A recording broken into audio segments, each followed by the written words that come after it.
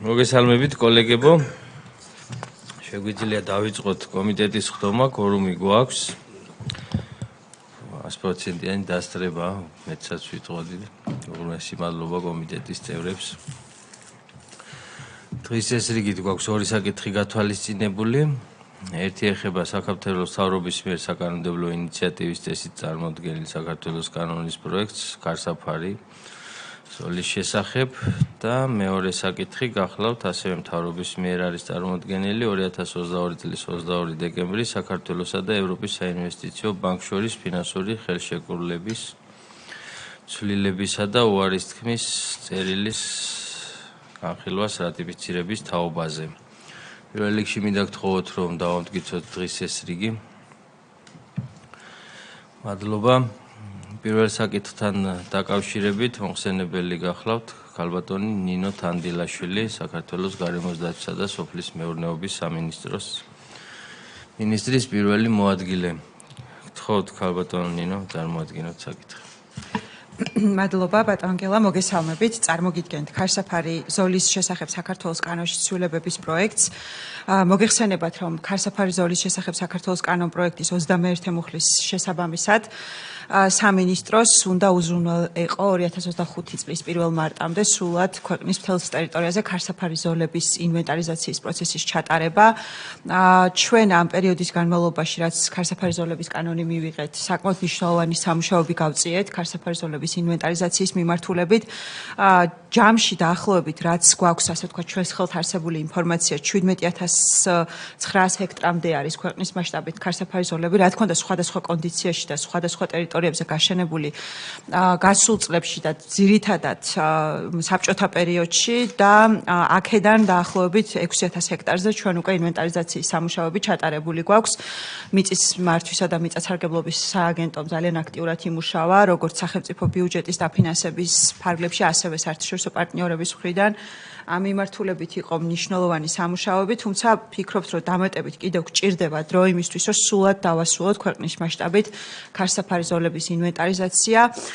და რა თქმა უნდა, შემდგომში უკვე ამის საფუძველზე დაიწყოს გაშენება მოვლა აღდგენის პროცესები, თუმცა პარალელურადაც მიმდინარეობს ეს პროცესი მოგეხსენებათ და ასე ვთქვათ, სისტემურად დარეგულირდეს ქარსაფარი ზოლების მართვის საკითხები, იმიტომ რომ ძალიან დიდ როლს ასრულებს სოფლის მეურნეობის განვითარების კუთხით, განსაკუთრებით კლიმატური პირობების ცვლილების პირობებში ძალიან დიდი მნიშვნელობა ენიჭება ქარსაფარი ზოლების არსებობას.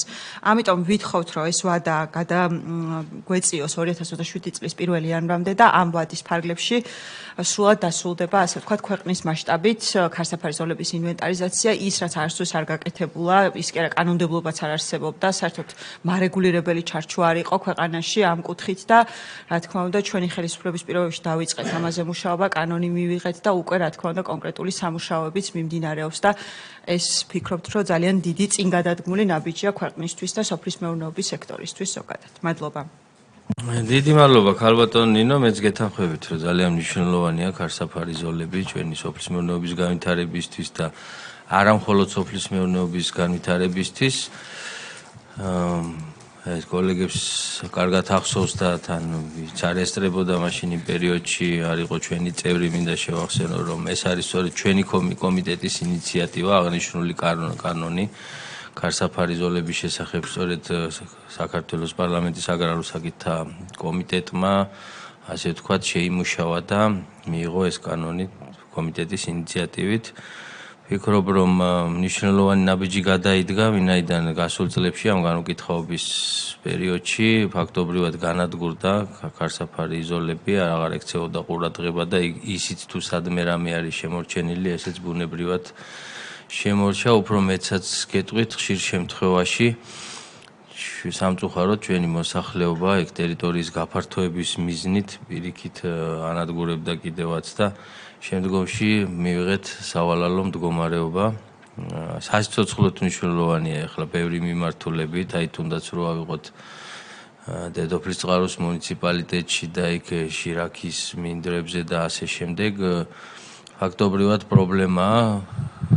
ძალიან დიდი ფართობები ყოველგვარი ნარგავების გარეშეა დარჩენილი და იქ ადრე იყო კი და შემდგომში განადგურდა თან ძალიან მავნე პრაქტიკა არის სამწუხაროდ დღესაც შემორჩენილი, როდესაც ითესება ერთწლოვანი კულტურები, მარცვლეული კულტურები, შემდგომში მისი გასუფთავების მიზნით ხშირად არის რომ გადაწვა ხდება ამ ტერიტორიების იქ ნარჩენების გამოტანის ნაცვლად და შესაბამისად ამანაც ხელი შეუწყო რომ ძალიან ბევრი ქარსაფარი ზოლი სწორედ ამ გადაწვის შედეგად განადგურდა და დაიწვა.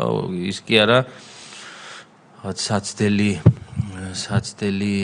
ასე ვთქვათ გაშენების პროცესიც წამოვიწყეთ და ახალი ჩაყრილი ენერგებიც კი შემდგომში იქვე მიმდებარე ტერიტორიის გადაწვის შედეგად განადგურდა ახლიდან გაშენებული ქარსაფარი ზოლი ასეთი შემთხვევაც ჰქონდა.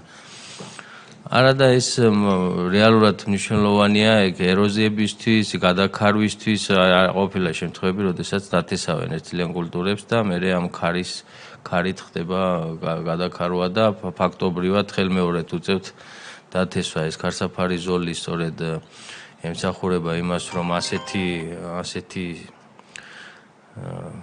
პრობლემები აღარ შეიქმნას.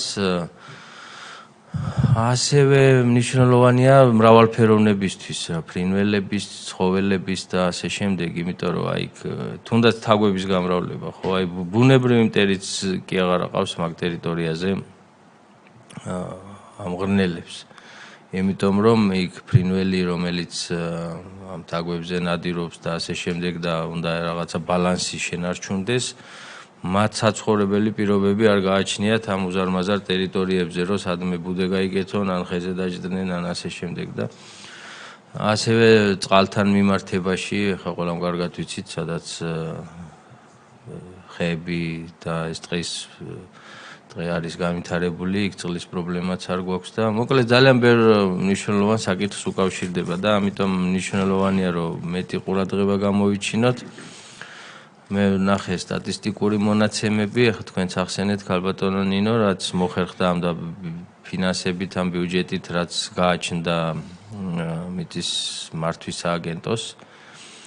შესაბამისად ის ფართობები გამოიკვლია და ინვენტარიზაცია ჩაატარა.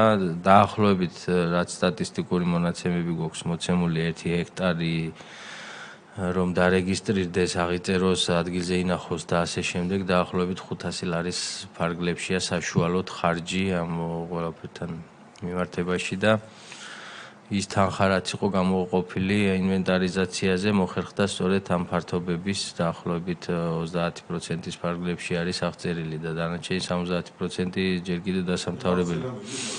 ჯერჯერობით კი აღწერა მიდის, მაგრამ მინდა ვთხოვო სამინისტროს, რომ ძალიან მნიშვნელოვანია გაითვალისწინოთ, რომ სადაც უკვე მოხდა აღწერა, ჩვენ შეგვიძლია რომ დრო არ დავკარგოთ და იქ პარალელურად დავიწყოთ აღდგენა, გაშენების პროცესი. თან სხვადასხვა მიდგომა შეიძლება იყოს ამ ქარსაფარ ზოლებთან დაკავშირებით. შესაძლებელია რომ აი მეორე რიგის, მესამე რიგის ქარსაფარი ზოლებში უკვე ნაყოფიერი ხემცენარეებიც გაშენდეს და სადაც იქვე მომიჯნავე ტერიტორიაზე მეპატრონეებისთვის შეიძლება ისიც გარკვეულწილად ეკონომიკური შემოსავლიანი პროცესი იყოს და მათ უფრო აწყობდეთ კიდევაც რომ ასეთ შემთხვევაში მათ მიმდებარე ტერიტორიაზე გაშენდეს და თვითონაც წვლილი შეიტანონ და თვითონაც მიიღონ მონაწილეობა ასეთი ზოლების გაშენებაში. ასე რომ კიდევ ერთხელ გავიმეორებ, რომ ძალიან კარგი იქნება პარალელურად უკვე სადაც აღწერილი გვაქვს და დარეგისტრირებული, რომ იქ დავიწყოთ სამუშაოები. ვადის გადაწევას რა თქმა უნდა ვეთანხმებით, უმჯობესი იყო რომ ყველაფერი მოგვესწრო, თანხებიც ყოფილიყო, მაგრამ ჩვენი ბიუჯეტიდან გამომდინარე და ზოგადად ამ სამუშაოს მოცულობიდან გამომდინარე, ეს არის რაც მოხერხდა და რაც შევძელით და შემდგომშიც გათვალისწინებულია ბიუჯეტში აღნიშნული თანხები და ეს პროცესი გაგრძელდება და ამიტომ მინდა კომიტეტის წევრებს ჯერ პირველ რიგში კითხვები თუ გაქვთ მოხსენებელთან ვისა მიკროფონი ჩავთოთ. მოგესალმებით. აი თვითონ ვადებში შეზღუდული რატო იყო ეს და ეს რაღაც კონკრეტულად ვადებში იყო გაწერილი ეს რადულის გაკეთებული იყო და ეს ვადა იწურება ახლა 25 წელი მიკროფონში უპასუხეთ რამდენ წლიანი გადავადება ხდება 2 წლიან გადავადებას ვითხოვთ რეალურად 22 წელს მივიღეთ დიახ ამ კუთხით ვიმსჯელეთ და ვფიქრობთ რომ 2 წლის ვადაში დავასრულებთ ამ სამუშაოებს დაახლოებით 6 მილიონამდე ლარის თანხა დაგვჭირდება ჯამში იმისთვის რომ სრულად აღიწეროს ის 11000 დარჩენილი ჰექტარი რაც გვაქვს და ანუ რა თქმა უნდა კანონის მიღების შემდეგ ქონდა ასე ბატონმა გელამაც ისაუბრა ამაზე იქ მეთოდოლოგია იყო შესარჩევი როგორ მოხდებოდა აღწერა ინვენტარიზაცია ქარსაფარი ზოლების რა თქმა უნდა ამას ყველაფერს გარკვეული დრო დასჭირდა და პრაქტიკაც მოდი ვთქვათ რომ არ არსებობდა ქვეყანაში ამ მიმართულებით და ამიტომ გვინდა რომ ასე ვთქვათ ეხა უფრო ავასწრაფოთ დროში ეს სამუშაოები და 27 წლის იანვრამდე სრულად კონდეს ეს პროცესი დასრულებული თუმცა პარალელურად მათ შორის დაიწყოს სააგენტომ მიწისქვეშა მართვის და მონიტორინგის სააგენტომ ზრუნვა უკვე ინვენტარიზებული ქარსაფარი ზოლების აღდგენაზე იქ სადაც ყველაზე მეტად პრიორიტეტულად საჭირო არის განსაკუთრებულად საჭირო არის იქ მაინც პირველ ეტაპზე დაიწყოს აღდგენითი სამუშაო. მე საკითხი მელოდა როდის იწყებთ მეთქი ამის დიახ ძირითადად შესწავლა კი ბატონო. კი, სამწუხაროდ რაღაცა ცოდნა გვაქვს ძველი პერიოდიდან, ეს კომუნისტების პერიოდში რაც იყო, ის გარკვეული ცოდნა და ანუ ვიზუალური მეხსიერება გვაქვს, მაგრამ აი უკვე თანამედროვე რეალობაში ბევრი მიმართულებით ეს ცოდნა მიდგომა საერთოდ გამქრალი იყო, ასევე ხა ძალიან ბევრი პრობლემის წინაშე დადგა და ბუნებრივია დადგებოდა კიდევაც სწორედ ეს სამსახური, იმიტომ რომ ესე იგი განადგურება ერთია, მაგრამ მე შემდგომში მათი რეგისტრაციის პროცესში ძალიან ბევრმა ეს საზღვრები გადაწია, თვითნებურად დაიწყო მოხმარება, ბევრმა მოახერხა და დაირეგისტრირა კიდევაც და შესაბამისად ასეთი რუკები ამოსაწევი იყო ახლიდან გასასწორებელი შესადგენი და ხშირ შემთხვევაში უკვე გადაფარვა ხდებოდა კი კერძოდა სახელმწიფო ტერიტორიებს შორის და ამ ყველაფერს მიდგომა ჭირდება, მეთოდოლოგია ჭირდება, რომ ყველაფერი გასწორდეს და ნუ ფაქტია რომ რაც მოგვახსენა ქალბატონმა ნინომ ეს პროცესი უკვე გავლილია სახელმწიფომ მიდგომაც ჩამოაყალიბა, მეთოდოლოგიაც ჩამოაყალიბა, მუშა პროცესიც დაწყებულია და დარჩენილ ტერიტორიებზე უკვე ამ გამოცდილებით უფრო მალე მოახერხებს ყველაფრის ინვენტარიზაციას და დარეგისტრირებას. ხო. აი ამ ყველაფრის მერე რო გაშენდება ეს ქარსასავი ზოლები, რამე ბერკეტი გვაქვს, რომ ისევე განადგურების მექანიზმები რო შევამციროთ, თქვათ და იქ მომიჯნავე ტერიტორიები, კერძო საკუთრებები რაც არის და რა თქმა უნდა პირველ რიგში კერძო მესაკუთრის ინტერესი უნდა იყოს ამ ქარსაფარი ზოლის გაშენება და თუ არის რაიმე ფორმა შესაძლებელი თუ არის რაიმე ფორმით პასუხისგებლობა მის შემდგომ მოვლა პატრონობაზე რომ დაეკისროს აი მომიჯნავე მეპატრონეს. დიახ, ერთ-ერთი მნიშვნელოვანი საკითხი არის ეს ბატონმა გელამ ისაუბრა და მეც მინდა რომ ორი სიტყვით თქვა რომ ძალიან მავნე პრაქტიკა გვაქვს, იმიტომ რომ გასულ წლებში გაშენდა გარკვეულ ტერიტორიებზე ქარსაფარი ზოლები, სამწუხაროდ მოხდა ისე რომ უმეტესი ნაწილი აი ამ ერთწლოვანი კულტურების მოყვანის შემდგომ გადაიწვა, ანუ ფაქტიურად ამან არანაირი ასე ვთქვათ რეალური ხელშესახების შედეგი არ მოიტანა და აი სწორედ ამ აქედან გამომდინარე რომ პრაქტიკაში დავინახეთ რომ აი თქვათ ესე არასისტემატიზირებულად დაწყებულმა პროცესმა არ იმუშავა, ის შეიქმნა კანონმდებლობა და ასევე ქარსაფარი ზოლების მართვის შესაბამისი სტრატეგია და სამოქმედო გეგმა, რომელშიც მათ შორის გათვალისწინებულია, რომ ანუ პასუხისმგებლობები აუცილებლად უნდა აიღონ მესაკუთრეებმა, ანუ მათ შორის ფერმერებმაც და მოვლა პატრონობის ნაწილშიც მათი მხრიდან იყოს გარკვეული, ასე ვთქვათ, თანაკონტრიბუცია, იმიტომ რომ საბოლოო ჯამში ეს ყველაფერი მათთვის კეთდება, მათი სასოფლო-სამეურნეო საქმიანობისთვის კეთდება, იმიტომ რომ თუ თქვათ ქარსაფარი ზოლი დიდი ხნის განმავლობაში გარკვეულ ტერიტორიებზე არ იქნება, ეს იწევს როგორც ნიადაგის გაუვარგისებას, ისე ნაყოფიერების დაკარგვას, ასევე ასე ვთქვათ ძალიან დიდ ეროზიულ პრობლემებს, რომელიც საბოლოო ჯამში მოსავლიანობას უკავშირდება და მოსავლიანობის შემცირებას. ამიტომ, რა თქმა უნდა, ერთის მხრივ სამუშაოა ცნობიერების კუთხით ფერმერებთან, რომ მათ ეს ყველა პროცესი თავიდან ბოლომდე გათავისებული ქონდეთ და მეორეს მხრივ, ასევე შესაბამისი ძალიან კონკრეტული ვალდებულებები, როგორც მუნიციპალიტეტისათვის, მუნიციპალურ ტერიტორიებზე ვსაუბრობ, საკუთრებაში რაც არის მუნიციპალიტეტის, ასევე თქვათ ის ტერიტორიები, სადაც კერძო საკუთრებებია და სადაც გაშენდება, მაგრამ მოულა-პატრონობის ნაწილში გარკვეული ასე ვთქვათ თანაკონტრიბუცია აუცილებლად ფერმერისგან უნდა იყოს. ხო, შეიძლება აქ იყოს ისე, რომ სახელმწიფო უზრუნველყოს ეს გაშენების სამუშაოები, მაგრამ შემდგომ მოულა-პატრონობის რეჟიმში ჩაერთოს, რომ რაც გარკვეული საკუთრების განცდა არსებობდეს ამ ყველაფერთან დაკავშირებით და არ იყოს ისე აღქმული, რომ მარტო სახელმწიფო არის ყველაფერზე პასუხისმგებელი, ხო? იმიტომ რომ ასეთმა, ასე ვთქვათ, მიდგომებმა გასულ წლებში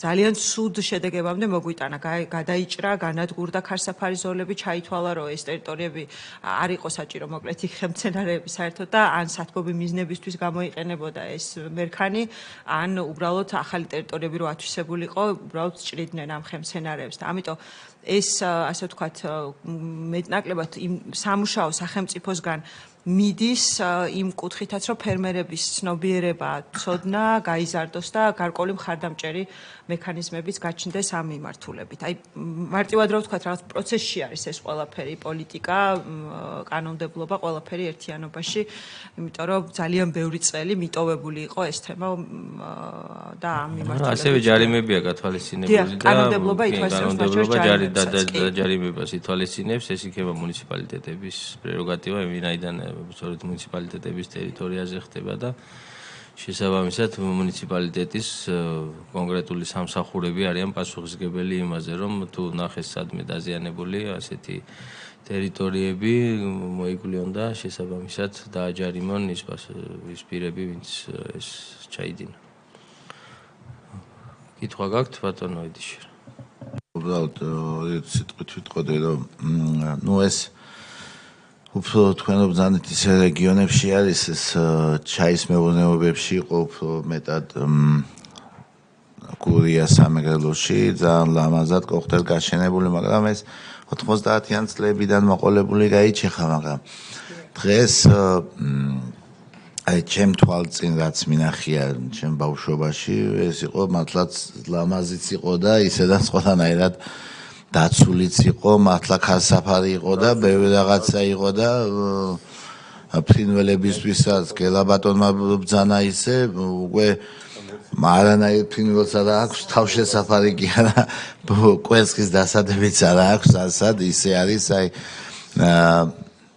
ერთი ხეც არ არსებობს. ეხლა გამოჩნდა ამ ბოლო პერიოდებში ვისაც თხილის ბაღი აქვს, მოცვის პლანტაციები აქვს და ვისაც პატარა თავში ჭკუა ქონდა, ყველამ თვითნებურად დაიწყო გაშენება და მართლაც ბევრ ადგილას შესამჩნევად ჩანს ვინმაც გააკეთა მართლაც, მაგრამ მაშინ უფრო მეტად გამოიყენებოდა ეს კრიპტომერიას ეძახიან ასეთი ზოგი ახლა ალვის ხესაც გავს, რაღაცებსაც გავს და ეს ამაზე და ცოტა რეკომენდაციები ჭირდება და უფრო მეტად ჩემი აზრი ის არის, რომ მე ახლა ჩემი გამგებლობის პერიოდში ბევრი აქციაც გაკეთებულა ქონდათ სახელმწიფოსგანაც დახმარება, რაღაც ყველა იმაში ხდებოდა, ენერგიის დარგვა, რაღაცები, ზოგჯერ თვითნებოდადაც ხდებოდა, ზოგჯერ თითქოს და პარკის მხრიდან ხდებოდა, მაგრამ ცოტა განადგურებაზე რო არის, ცოტა სხვანაირად უნდა მოხდეს მაგი და იმასაც გააჩნია ახლა რა ზომის ხესაც დავდგავთ. მგონი ამასაც აქვს მნიშვნელობა. ბოდიში.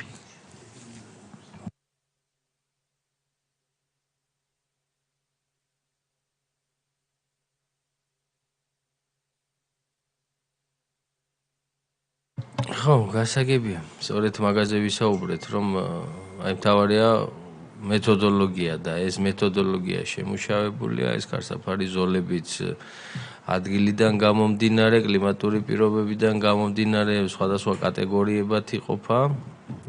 არის მთავარი, მერე დამხმარე, ასე შემდეგ და შემდეგ პირველი ზოლი, მეორე ზოლი და იქიდან გამომდინარე რა არეალზე ვსაუბრობთ და რა კლიმატური, ასე ვთქვათ, მოვლენების პრევენციისთვის გვინდა გამოვიყენოთ ეს ყველაფერი და ასეთი მეთოდოლოგია უკვე არსებობს და ამიტომაც იყო რომ ქალბატონ ნინო სწორედ ეგ თხოვე ასე ვთქვათ და რეკომენდაციასაც გაუწევთ ჩვენი კომიტეტი რომ სადაც უკვე გვაქვს ჩვენ აღწერილი და უკვე დარეგისტრირებული და ვიცით რომ პარალელურად რაც შეიძლება სწრაფად დავიწყოთ ასეთი ზოლების გაშენება და აღდგენითი სამუშაოები.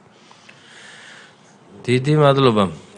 კენჭისყრაზე დავაყენებ საკითხს, ვინ არის მომხრე რო გაუგზელოთ ვადა. წინააღმდეგი არ ყავს, როგორც ხედავ, მადლობა დიდი და გადავიდეთ მეორე საკითხზეც მოხსენებელი გახლავთ ქალბატონი ნინო. გთხოვთ ქალბატონი ნინო მეორე საკითხთან დაკავშირებითაც. მადლობა, მოგახსენებთ, ესე იგი, წარმოდგენილი საკითხი შეეხება საქართველოს და ევროპის საინვესტიციო ბანკს შორის გაფორმებულ ფინანსურ შეთანხმებაში ცვლილებების საკითხს და ამ საკითხის შეთანხმება საქართველოს პარლამენტთან. მოგეხსენებათ, რომ ასე ვთქვათ, ეს შეთანხმება თავის დროზე რატიფიცირებული გახლდათ საქართველოს პარლამენტის მხრიდან და შესაბამისად ნებისმიერი ცვლილება, რაც განხორციელდება შეთანხმებაში, საჭიროებს პარლამენტის თანხმობას. მოკლედ მოგახსენებთ ამ საკითხზე, ეს არის ძალიან მნიშვნელოვანი სასესხო შეთანხმება, რომელსაც 2022 წელს მოეწერა ხელი საქართველოსა და ევროპის საინვესტიციო ბანკს შორის. სესხის მოცულობა გახლავთ 20 მილიონი ევროს ოდენობის თანხა და ხანგრძლივობა 20 წელი. მნიშვნელოვანი პროექტის დაფინანსებას ისახავს მიზნად ეს სასესხო შეთანხმება. ეს გახლავთ ზემო სამგორის სარწყავი სისტემის რეაბილიტაცია და მოდერნიზაცია სრულად. მოგეხსენებათ, რამდენად მნიშვნელოვანი არის ზემო სამგორის სარწყავი სისტემა მთლიანად გარდაბნის მუნიციპალიტეტისთვის, იმიტომ რომ თავის დროზე ივრის ასე ვთქვათ მიმდებარედ იყო მოწყობილი ეს სარწყავი სისტემა და ბუნებრივია დღესაც არის გარკვეული ფორმით, მაგრამ არა ისეთი ასე ვთქვათ რეაბილიტირებული და სრულყოფილი, როგორც გასულ წლებში საბჭოთა პერიოდში ფუნქციონირებდა და უზრუნველყოფდა მიმდებარე ტერიტორიებს სრულად სარწყავი წყლით და ამიტომ სახელმწიფო ერთ-ერთ პრიორიტეტულ ასე ვთქვათ მიმართულებად დაისახა, რომ სამგორის როგორც ზემო, ასევე ქვემო სამგორის სარწყავი სისტემა, ქვემო არის მოგეხსენებათ საგარეჯოს მუნიციპალიტეტს ემსახურება, მოხდეს და რეაბილიტირდეს სრულად, რაც არის პირველი და მნიშვნელოვანი იმისთვის, რომ დაახლოებით 20,000 ჰექტარი ტერიტორია მოიწყოს სრულად, კარგად და ასე ვთქვათ ფერმერებს მიეწოდოთ საჭირო რაოდენობის სარწყავი წყალი და დაახლოებით 12,000-მდე ბენეფიციარს და ოჯახს მოემსახურება ეს სრულად რეაბილიტირებული სარწყავი სისტემა. უნდა აღინიშნოს, რომ სახელმწიფოს თანაკონტრიბუციაც, რა თქმა უნდა, საკმაოდ მსხვილი არის ამ პროექტის განხორციელებაში. ჩვენთვის ახლა მელიორაცია ძალიან პრიორიტეტულ მიმართულებას წარმოადგენს და სოფლის მეურნეობის სექტორის განვითარება მელიორაციის გარეშე წარმოუდგენელია და ეს პროექტი როგორც მაგისტრალური არხების რეაბილიტაციას გულისხმობს, ასევე შიდა მიმყვანი არხების რეაბილიტაციის სამუშაოებს, რაც თავისთავად გაუადვილებს ფერმერებს, რომ უფრო ასე ვთქვათ მეტად მისაწვდომი იყოს მათთვის სარწყავი წყალი და უზრუნველყოფილი იყვნენ სეზონურად ამ სარწყავი წყლით. ცვლილებას რაც შეეხება, ასე ვთქვათ, პროექტის დაწყებიდან დღემდე გარკვეული სამუშაოები დაგჭირდა იმისათვის, რომ რა თქმა უნდა, ბევრი დეტალი შეგვეთანხმებინა საერთაშორისო დამფინანსებელთან, ასევე შერჩეული იყო პროექტის განმახორციელებელი გუნდი, გარკვეული ტექნიკური დეტალები დაზუსტებული იყო და წელს უკვე გაიწერა, ასე ვთქვათ, ძალიან დეტალური სამუშაოთა გეგმა, რაც გულისხმობს იმ კონკრეტულ აქტივობებს, რაც მიმდინარე წელს განხორციელდება და ძველი სასესხოს შეთანხმებით მილიონი ევროს ოდენობის თანხა იყო გათვალისწინებული, თუმცა სესხებელსა და მიმღებს შორის ურთიერთშეთანხმების საფუძველზე ეს თანხა არის 2025 წლისთვის 450,000 ევროს ოდენობის თანხა. წელს ფაქტობრივად უკვე ასე ვთქვათ ჩვენ შეთანხმებული გვაქვს ტექნიკური დავალებები, რომ დაიწყოს აქტიური ინფრასტრუქტურული და სამშენებლო სამუშაოები და ამას მოგეხსენებათ, რომ ტექნიკურად, ასე ვთქვათ, ექსპერტული კუთხით ძალიან დიდი მუშაობა სჭირდება და ეს სამუშაო გაწეული აქვს უკვე სამინისტროს, ამიტომ ასე ვთქვათ, თანხის ოდენობის განსაზღვრა ხდება მიმდინარე წელს, რაც გამოიყოფა 450,000 ევროს ოდენობით ჯამურად და ასევე განისაზღვრება, რომ მთლიანი წლის განმავლობაში მოხდება ნაცვლად, ასე ვთქვათ, 180 დღისა, 360 დღის განმავლობაში წარიმართება სამუშაოები იმისთვის, რომ ძალიან ინტენსიურად მოკლედ პროექტის სტარტი გქონდეს ინტენსიურად და ვაჩვენოთ ადგილზე რეალური შედეგები. ასევე აუცილებლად უნდა აღინიშნოს, რომ ტრანშის გადმოცემის წინაპირობები აღარ იქნება ისეთი საკითხები როგორც არის მაგალითად ასე ვთქვათ პროექტის მართველი გუნდის არსებობა, იმიტომ რომ ესეც გარკვეული მოთხოვნა იყო მსესხებლისგან და ნუ რა თქმა უნდა ამასაც გარკვეული დრო და ვადები დაგვჭირდა. აი ეს არის ძალიან მოკლედ ცვლილებებთან მიმართებით.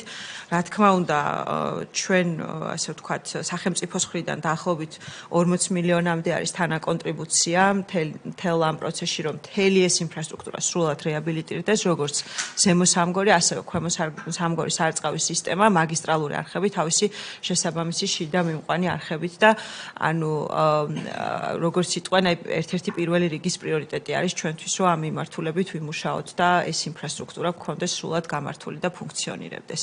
ეს არის მოკლედ წარმოდგენილ პროექტთან მიმართებით. მადლობა.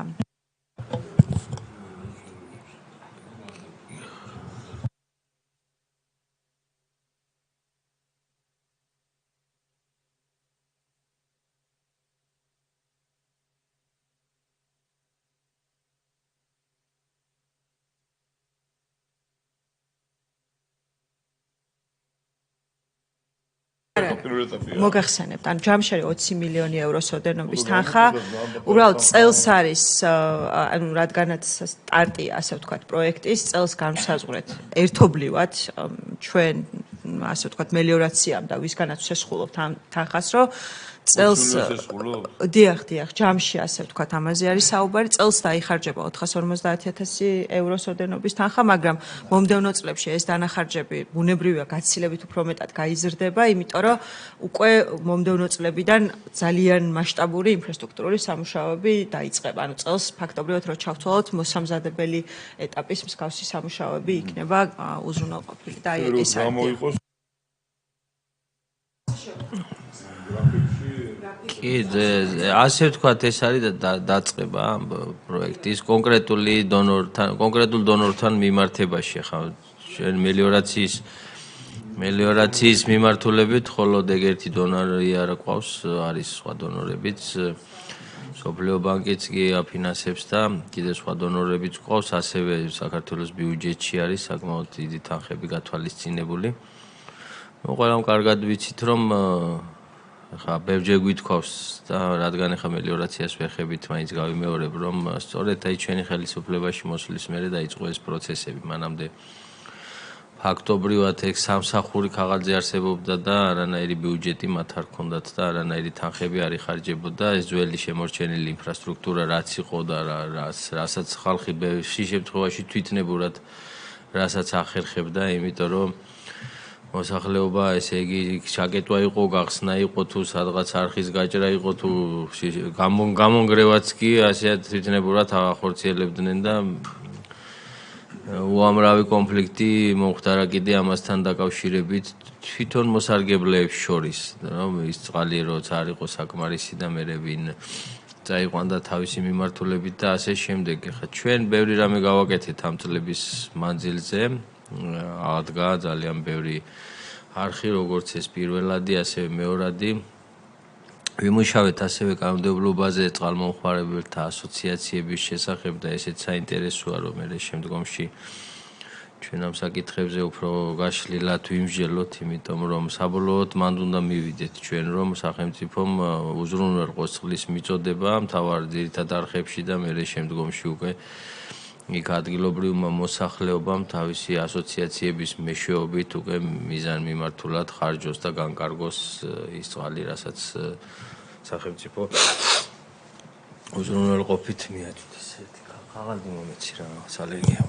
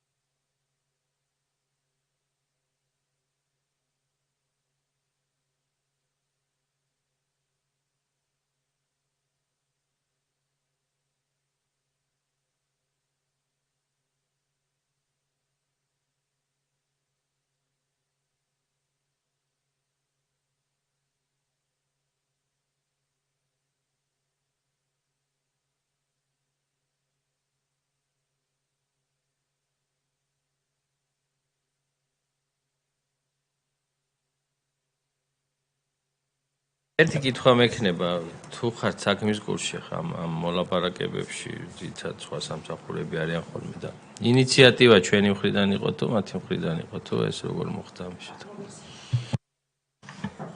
რეალურად ბატონ გელა თქვენ ბრძანეთ რომ კიდე სხვა დამფინანსებლებიც და დონორებიც ყავს ჩვენ. ანუ ეს პროექტი მარტო ასე ვთქვათ ევროპის საინვესტიციო ბანკის დაფინანსებას არ გულისხმობს. აქ არის დამფინანსებელი მსოფლიო ბანკიც, მათ შორის გარკვეულ ნაწილში აზიის განვითარების ბანკი არის საკმაოდ აქტიურად ჩართული სამეცნიერო დაფინანსების კუთხით და საფრანგეთის განვითარების სააგენტო. ასე ვთქვათ, საკმაოდ დიდი ხნის განმავლობაში მიდიოდა მოლაპარაკებები, ბუნებრივია, ასე ვთქვათ, საერთო ინიციატივა იყო, როგორც ჩვენი მხრიდან, ასევე მათი მხრიდანაც. ყველა დამფინანსებელი, ვინც ჩამოვთვალე, გამოთქმული იყო სურვილი, რომ ისინი მზად არიან, რომ საქართველოში, ასე ვთქვათ, სამეცნიერო კუთხით იმუშაონ და აქტიურად დაგვიჭირონ მხარი ინფრასტრუქტურის განვითარების და მოწესრიგების და მოდერნიზაციის მიმართულებით. მოლაპარაკებების პროცესში, რა თქმა უნდა, ჩვენ სამინისტროსთან ერთად ფინანსთა სამინისტროც იყო ჩართული ძალიან აქტიურად გამდინარე იქიდან, რომ სესხის, ასე ვთქვათ, გადმოცემას ეხება საქმე და ბევრ დეტალზე მსჯელობდით, როგორც ტექნიკურზე, ასევე ვთქვათ, განხორციელების ეტაპზე და ნუ კი, იყო, ასე ვთქვათ, ერთობლივი ინიციატივა, რა თქმა უნდა, იმიტომ რომ განსაკუთრებით მსოფლიო ბანკი უკვე მრავალი წელია იცით, რომ აფინანსებს სამეცნიერო სისტემების განვითარებას საქართველოში და არა მარტო ასეთი ტიპის ინფრასტრუქტურას, სხვა ასე ვთქვათ მნიშვნელოვანი ინფრასტრუქტურასაც და ამიტომ მათგან გამოითქვა, რომ ეს არის მათთვის ერთ-ერთი პრიორიტეტული მიმართულება. ისევ როგორც ევროპის საინვესტიციო, კი ბატონო, დიახ, იმიტომ რომ ძალიან ასე ვთქვათ პირდაპირ სოციალურ თემებთან არის კავშირში, პირდაპირ ქვეყნის განვითარებას უკავშირდება, დარგის განვითარებას და ინტერესი ნამდვილად არის, რომ გაგრძელდეს, დიახ. დიახ, რა თქმა უნდა, კი ბატონო. ამიტომ სხვა დონორებმაც შემდეგ გამოთქვეს სურვილი, რომ თანაკონტრიბუციაში შემოვიდოდნენ, ასე ვთქვათ, ამ პროექტის განხორციელების პროცესში. დიდი მადლობა ქალბატონო ნინო, კოლეგებს მინდა გთხოვოთ, რომ კენჭი უყაროთ. პროცედურა არის ჩვენ ახლა კომიტეტი მივცემთ ამას ჩვენ დასკვნას და შემდგომში მაინც პლენარულ სხდომაზე გავა და შესაბამისად რატიფიცირებისთვის უკვე სხდომაზე იქნება კენჭისაღრელად დასაყენებელი. კომიტეტის წევრები ვინ არის თანახმა? წინააღმდეგი არ ყავს, ეს საკითხიც მიღებულია. დიდი მადლობა, თუ სხვა კითხვები არ გაქვთ ან კომენტარები არ გსურს? მოგესალმებათ, გურიის სტიქიის ამბავი, რაც მოხდა დიდი თოვლობიდან გამომდინარე და მე როგორც ვარ საქმეში, თქვენ ხართ საქმის კურსში, რომ ჩვენმა ადგილო მუნიციპალიტეტმა მოგმართეს, რომ ძალიან დიდი რაოდენობით არის მოცვის ბაღები დაზიანებული და რაღაცნაირად რომ ჩვენი მხრიდან სამინისტროსაც გვეთქო რაღაც გამოვინახოთ რაღაც დახმარება, თორე ისეთ ვერ გაუძლებს რა ეს თვითონ ეს მეწარმეები ამ ხელას არ არის რა. გაქვთ თუ არა ინფორმაცია, ვიცი რომ უგმართეს კიდევაც და იქნება რაღაცნაირად დახმარების მიზნით რაღაც გამოვნახოთ როგორმე თუ არის საშუალება რაღაც. გასაგებია, ძალიან სამწუხარო ამბები მოხდა, ყველამ კარგად ვიცით, მაგრამ სტიქია არის და შესაბამისად ამ შემთხვევაში ადამიანები სტიქიასთან